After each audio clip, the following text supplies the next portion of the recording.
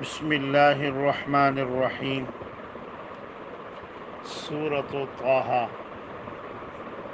16واں پارہ، آیت نمبر 9 سے لے کر آیت نمبر 14 تک کا ترجمہ۔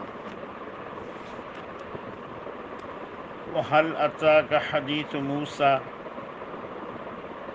اور کیا آپ کے پاس اے ہمارے حبیب صلی اللہ علیہ وسلم حضرت موسیٰ علیہ السلام کی بات آئی ہے؟ اذ رأى نارا، جب حضرت موسیٰ علیہ السلام نے آگ دیکھی، فقال لأہلہم امکثوا، تو اپنے گھر والوں سے فرمانے لگے آپ یہاں ٹھہریے، یہاں پہ رک جائیے، انی آنست نارا، میں نے آگ دیکھی ہے، لعلی آتیکم منہا بقبس، شاید کہ اس آگ میں سے ایک انگارہ، ایک چنگاری میں لے کر آؤں آپ کے پاس، او اجد علی النار ہدی، یا آگ پر پہنچنے کے بعد کوئی رہنمائی کرنے والا میں پالوں۔ فلما اتاہا، جب حضرت موسیٰ علیہ السلام آگ کے پاس آئے، نودی یا موسیٰ، آواز دی گئی اے موسیٰ، انی انا ربک، میں آپ کا رب ہوں، فاخلع نعلیک، آپ اپنے جوتے اتاریے، انک بالوادی المقدس طویٰ، بے شک آپ مقدس وادی طویٰ میں ہیں، وَأَنَا اخْتَرْتُكَ فَاسْتَمِعْ لِمَا يُوحَىٰ، اور ہم نے آپ کو چن لیا ہے، آپ کو پسند فرمایا ہے، فَاسْتَمِعْ، آپ غور سے سنیے، لِمَا يُوحَىٰ، ان احکامات کو جو آپ کی طرف وحی کیے جا رہے ہیں۔ اننی انا اللہ، بے شک میں اللہ ہوں، لا الہ الا انا، کوئی الہ نہیں پر میں ہی ہوں، فاعبدنی، میری عبادت کیجیے، وَأَقِمِ الصَّلَاةَ لِذِكْرِی، اور نماز پڑھیے میری یاد کے ساتھ۔ ان آیات میں اللہ رب العالمین نے سیدنا حضرت موسیٰ علیہ السلام کے واقعے کی طرف اشارہ فرمایا ہے اور واقعے کو بیان فرمایا ہے۔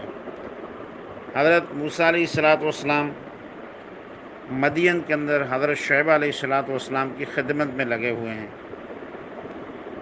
8 سے 10 سال کا عرصہ وہاں مدین میں حضرت شعیب علیہ السلام کے ساتھ گزارا ہے۔ پھر حضرت شعیب علیہ السلام نے اپنی ایک بیٹی کا نکاح حضرت موسیٰ علیہ السلام سے کر لیا۔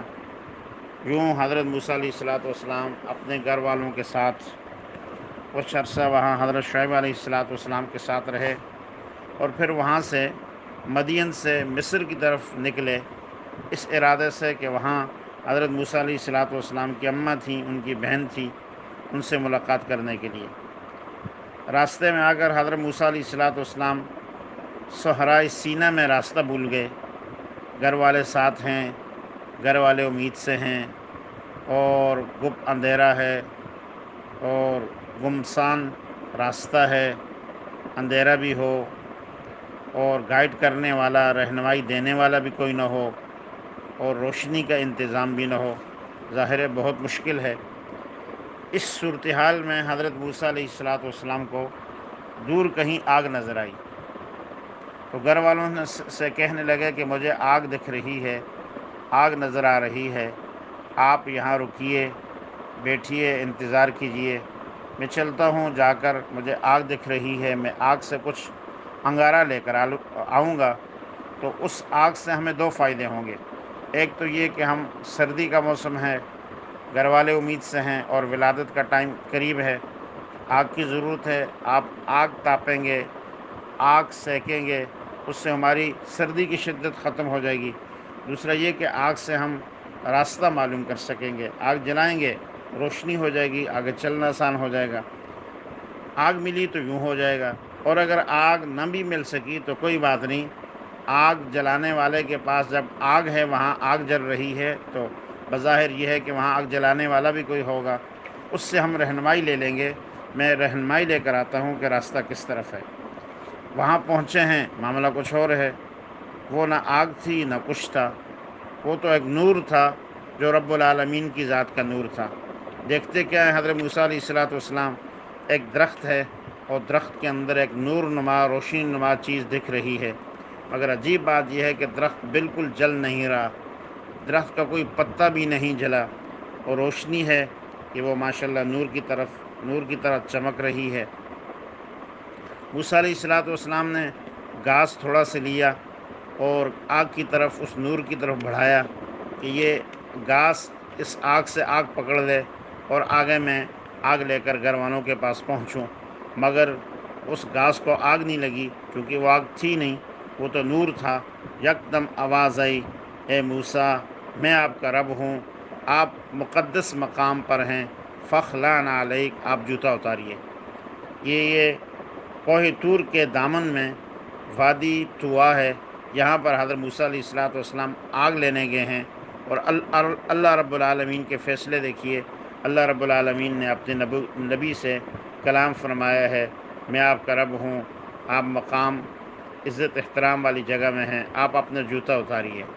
اس سے علماء یہ فرماتے ہیں، ادب احترام کا تقاضا یہ ہے کہ انسان جب بڑے کے سامنے جائے تو بغیر جوتے کے جائے، مقدس جگہ میں ہو یا مقدس ذات کے سامنے ہو، ننگے پاؤں ہو۔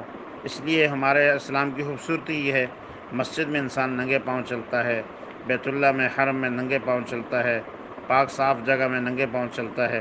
انا اخترتک فاستمع لما یوحیٰ، ہم نے آپ کو چن لیا ہے، نبوت دینی ہے اور آپ کو اپنا خاص بندہ بنانا ہے، بس آپ کا کام یہ ہے، آپ وحی پہ چلیے۔ عزیزو، نبیوں کو وحی پر چلنے کا پابند بنایا، اور آج کے دور میں ہم یورپ کو دیکھ کر، گوروں کو دیکھ کر، مالدار کو دیکھ کر، سوسائٹی کو دیکھ کر، ماحول اور معاشرے کو دیکھ کر چل رہے ہوتے ہیں۔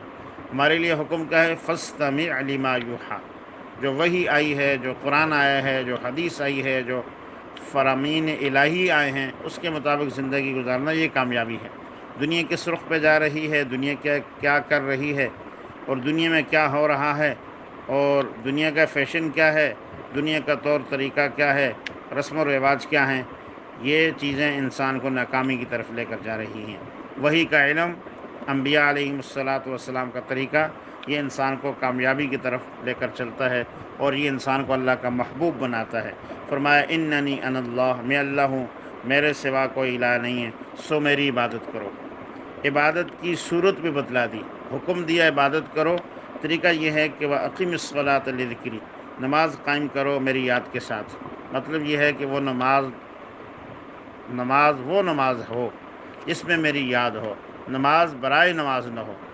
عزیزو، دنیا نماز پڑھتی ہے، مگر اپنے خیالات میں، اپنے تصورات میں، اپنی بے خیالی میں سال گزر گئے، زمانے گزر گئے، 50 سال گزر گئے، 30 سال گزر گئے، نماز ہم پڑھتے جا رہے ہیں۔ اللہ رب العالمین کا حکم ہے نماز پڑھیے لذکری، میری یاد کے ساتھ۔ ایسی نماز ہو جس میں پورا دھیان، پوری توجہ اعضاء بدن کے اور بدن کا رواں رواں اللہ کا ذکر کر رہا ہو، اللہ کی طرف پورے طور پر متوجہ ہو۔ جب یہ نماز ہوگی پھر اللہ تعریف فرما رہے ہیں، قد افلح المؤمنون الذین هم فی صلاتهم خاشعون، کامیاب ہیں وہ ایمان والے جو اپنی نمازوں کے اندر خشوع پیدا کرتے ہیں، عاجزی پیدا کرتے ہیں، دھیان پیدا کرتے ہیں۔ اور اس کے بالمقابل فرمایا فویل للمصلین الذین هم عن صلاتهم ساہون، ناکام ہیں وہ لوگ جو اپنی، فویل للمصلین، تباہ ہو جائیں نماز پڑھنے والے، ہلاک ہو جائیں نماز پڑھنے والے۔ بھلے نماز پڑھنے والا بھی ناکام ہوتا ہے، کبھی تباہ ہوتا ہے، ہاں ہوتا ہے۔ الذین هم عن صلاتهم ساہون، جو اپنی نمازوں سے غفلت کرتے ہیں، نمازوں کو دھیان سے نہیں پڑھتے، ٹائم پر نہیں پڑھتے، وہ لوگ نماز پڑھ کر بھی نقصان اٹھا رہے ہیں۔ اللہ رب العالمین ہمیں ان تمام احکامات پر، گزارشات پر عمل کرنے کی توفیق نصیب فرمائے، آمین۔